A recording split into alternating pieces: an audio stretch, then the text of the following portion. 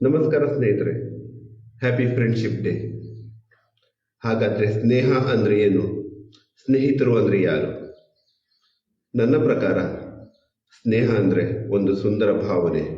ಅದರ ಜೊತೆಗೆ ಸ್ನೇಹ ಅಂದ್ರೆ ಭಾವನಾತ್ಮಕ ಮೂರ್ಖತೆ ಕೂಡ. ಯಾಕಂದ್ರೆ ಸ್ನೇಹದಲ್ಲಿ ನಮ್ಮ ಜೊತೆಗಿರುವ ವ್ಯಕ್ತಿ ಎಷ್ಟೇ ಕೆಟ್ಟವನಾಗಿದ್ರು, ಏನೇ ತಪ್ಪು ಮಾಡಿದ್ರು, ಅವನು ನನ್ನ ಸ್ನೇಹಿತ, ಅವನು ಯಾವಾಗಲೂ ಹಾಗೇ ಇರ್ತಾನೆ ಎಂದು ನಾನು ಒಪ್ಪಿಕೊಂಡ್ರೆ ನಾನೊಬ್ಬ ಭಾವನಾತ್ಮಕ ಮೂರ್ಖ ಸ್ನೇಹಿತ. ಅವನು ಕೆಟ್ಟವನಲ್ಲ, ನಾನು ಕೆಟ್ಟವನು.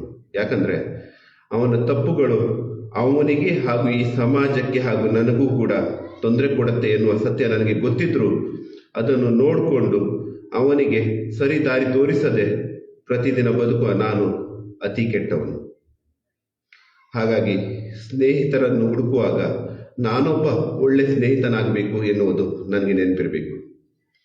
ಹಾಗಾದರೆ ನಿಜವಾದ ಸ್ನೇಹಿತ ಯಾರು?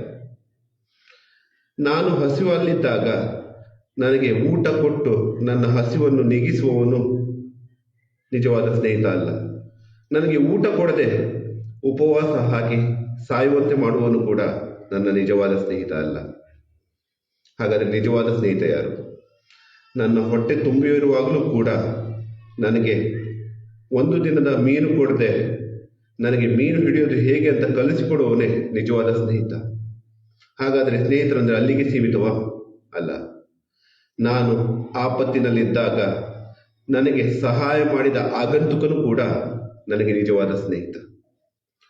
ಆ ಸ್ನೇಹಿತನಂತೆ ನಾನೂ ಆಗಬೇಕು, ನಾನೂ ಇತರರಿಗೆ ಒಳ್ಳೆಯ ಸ್ನೇಹಿತನಾಗಬೇಕು ಎನ್ನುವ ವಿಷಯ ನನಗೆ ಗೊತ್ತಿದ್ರೆ ನಾನೊಬ್ಬ ವಿಚಾರವಂತ.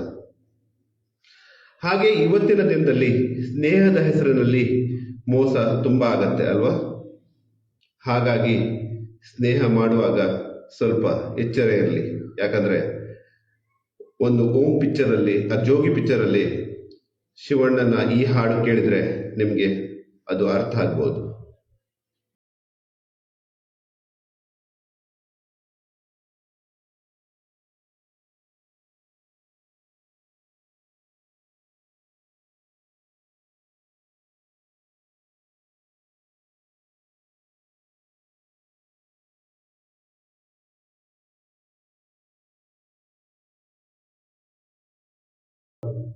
ನಿಮ್ಮ ಸ್ನೇಹಿತ ಹೇಗಿರಬೇಕು ಅನ್ನೋದ ನಿರ್ಧಾರ ಕೂಡ ನಿಮ್ಮದೇ. ಹಾಗೂ ನೀವು ಯಾವ ರೀತಿ ಸ್ನೇಹಿತರಾಗಿ ಇತರರಿಗೆ, ಸಮಾಜಕ್ಕೆ ಒಳ್ಳೆಯವರಾಗ್ತೀರಿ ಅನ್ನೋ ನಿರ್ಧಾರ ಕೂಡ ನಿಮ್ಮದೇ.